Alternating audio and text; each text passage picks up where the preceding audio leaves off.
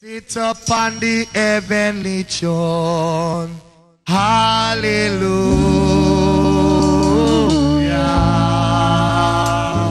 These are a staple of the Jamaican society.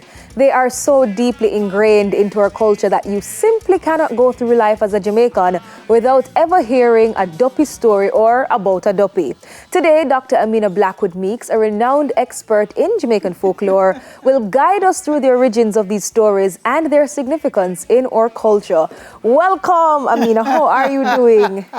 I'm fine. I mean, the expert in Duppy. The expert in Duppy. You know, we were having a little conversation before the interview started, and you know, we always hear about a number of different Duppy stories growing up.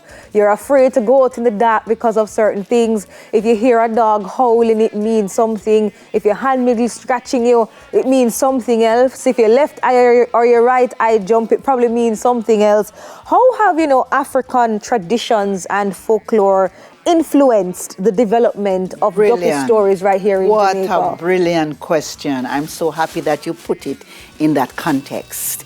Everything we believe has a historical context, has a cultural interpretation, and of course, when blended with folklore, it has something else. When we talk about the Duppy stories, we have to remember that for 98% of us, we come from a background of ancestral veneration. We do not make any distinction between the living and the dead. So you might believe there is a space between us now, but if you look good. Did you say if I look good? You might see one of your ancestors. Just chilling? That's how, just chilling and enjoying this conversation. So when we say our father is here or our mother is here, we really mean to say there is no separation between this life and what we call the afterlife. Interestingly enough, Duppy is a word from the Akan people. Okay. Adopie. Adopie. Yes, A-D-O-P-I. That means just that. Okay. The spirit. The spirit. Yes. And when we talk about spirit, what would you say, you know, Duppy stories reveal about the beliefs of Jamaicans or just what we believe within the Jamaican society? You know, just before I came here, I was thinking of some of the Duppy stories or some of the beliefs that relate to the existence of other spirits. And one of them is that you should not walk under a ladder. Ah, okay, yes. And a long time ago, I learned that that came from the tombs of the pharaohs, that they used to put ladders. These were huge holes in the earth. And they used to put ladders in case when the Duppy wake up, yes. they needed to climb out and they needed something to help them. And so we are encouraged not to go under the ladder because we might encounter someone who is trying to get out of the hole to another level. Oh, wow. But there are other Duppy stories, you know. Yes. There are plenty Duppy stories and beliefs around Duppy. Yes. You know that you mustn't throw water outside at night. Okay, tell me why. Because the other ones are outside. Oh, because the other, okay. And if you're going to throw the water outside at night, then you have to say, friends and family, excuse me. Right. So that they're aware. Right. I just read, or I was reminding of another one about washing your face with rice water. Yes, ma'am. They said that you shouldn't, because if you do, you strengthen your ability to see the other one them. Right. And you might not want you might not want to do that. You might not want to see them at all. A long time ago, I had a friend who said, she told me, she washed her face and she said somebody she never want to see. And she said, look here, you can sit here for as long as you want, but don't make me see you. And what I will do every day, I will bring something for you to eat. You see the day you make me see you?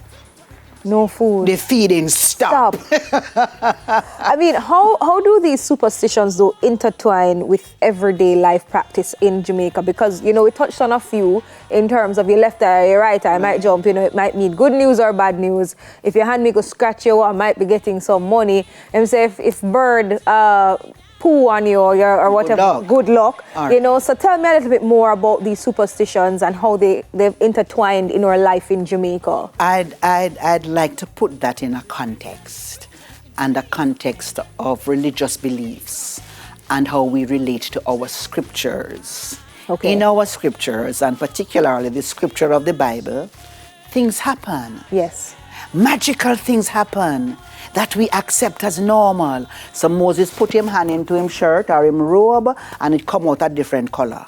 And then in the Garden of Eden, the snake talked to them.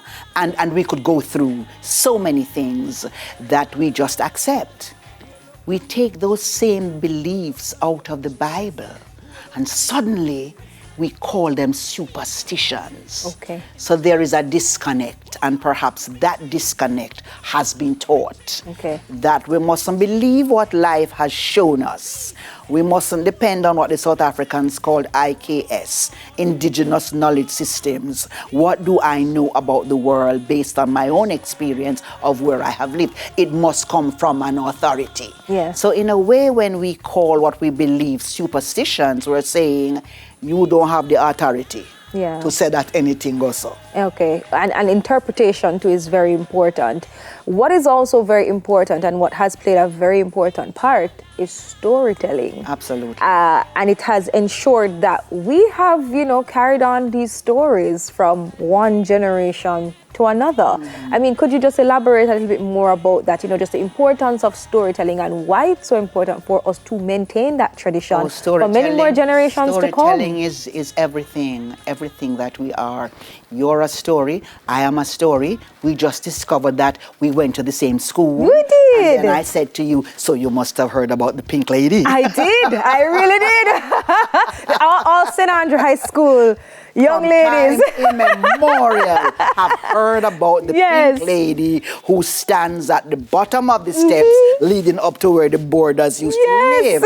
And some of these girls who claim to have seen the Pink Lady don't know one another from another generation. Yeah. But the stories are there, and the stories fuel the experience, and vice versa. All right, so we have some stories about Duppies, and we have different kinds of Duppies. We have Whoopin' Boy, and Whoopin' Boy is known particularly in Steertown, in St. Ann. Whoopin' Boy is the spirit of that man who used to run around the plantation with the lasso to catch any enslaved Africans who were trying to escape. And so the sound of the lasso would go whoop, whoop, whoop. And so when you go down to Steertown on Emancipation Eve, for example, them a look out for Whoopin' Boy, cause if them ever catch him pay for roast and boil. I mean, and then of course there is the rolling calf. Yes. And the rolling calf is the spirit of the butcher who was just so dishonest that you go to buy a pound of meat and him sell you 14 ounces and not 16 ounces. And him is out there as a rolling calf at the crossroads. That's his punishment. Yeah. And so even in that is a lesson about being kind and being honest. Yes, and some, I mean, it's important. I love the fact that you touched on that with every single story that has managed to move from one generation to another, there is a very important lesson to be learned in it all, you know? And so persons will always want to instill that lesson in generations to come moving forward. I know that we have to close soon, but what efforts now are being made to ensure that, these stories will live on forever and ever and ever, in terms of these rich tradition of Jamaican Duppy stories? What are some of the efforts being made right now? One of the things I want to say is it is not so much that they live on, and that's important. It is what they power us to do. So there are things that we believe, even though we can't prove them. For example, as it concerns Marcus Garvey, that Marcus Garvey said, Swallowfield are going to be the battlefield. And what must that do to people who live in Swallowfield to prevent where they live from becoming a battlefield? There is the story of the Ghanaian people, the golden stool of Osei Tutu, which is about a priest who caused his people to burn their fingernails and their hair and rub it in a golden stool, which he said came down from heaven during the smoke. And so the smoke that remained symbolized the spirit of the nation. And to the extent that they protect the stool, they protect the spirit of the nation. Yes. What is being done? Not enough. We can do more. We, the collective, including myself, have a responsibility to go where the younger generation is. Them on TikTok. I love how you mentioned that. TikTok, social media. All of that. And so we need, I like up close and personal. I like to look in your face and slap your leg and we have a good laugh. But we need to go where they are and where they're finding information. And yes, we need to tell more stories and write more stories. Elkanah Rule from Point Hill over there in St. Catherine is just such a wonderful storyteller. He was a principal.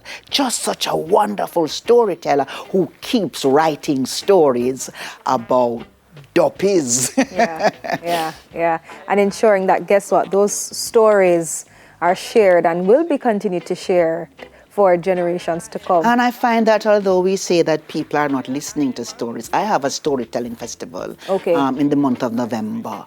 And this year marks the 10th anniversary of the proclamation of November 20 as National Storytelling Day. When the children come to tell stories, somebody telling them stories from yay little until yay big, because they come full of stories, and we need to honor that somebody is doing it even when we don't see it even when in we the don't media. see it. Dr. Amina, my final question, how can we find out more about your storytelling week? Okay, thank you so much for that. So we have a website called Anansi Soundsplash. The festival is called Anansi Soundsplash.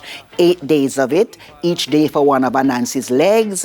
So we have Instagram and Facebook page called, all of them called Anansi Soundsplash. And the Ministry of Education has supported this festival and would have sent out a bulletin to all schools about the activities and encouraging everybody to participate. Thank you so much for that question. Oh, all right. Thank you so much, Doc, for joining us this morning. It was great speaking with you, and I'm sure you contribute to... my little self. Yes, I enjoyed myself too. I'm sure that, persons will continue to appreciate your storytelling abilities and, of course, all the information that you have to share. So thank you so much for joining us. Bless you. Dr. Amina Blackwood Meeks, veteran storyteller, writer, and actress. More on Weekend Smile after the break.